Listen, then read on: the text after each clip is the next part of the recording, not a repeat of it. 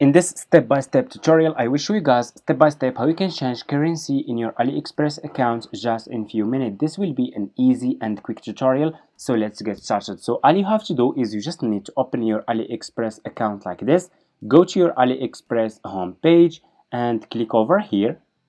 Okay, just click over here and you should see here ship to. You can choose which country you want to use for your AliExpress account, and you have here language, and if you scroll down you should see currency. Okay, click over here and here you go.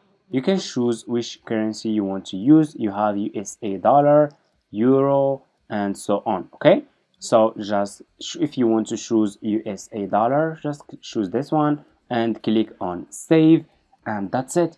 That's how you can change currency in your AliExpress account.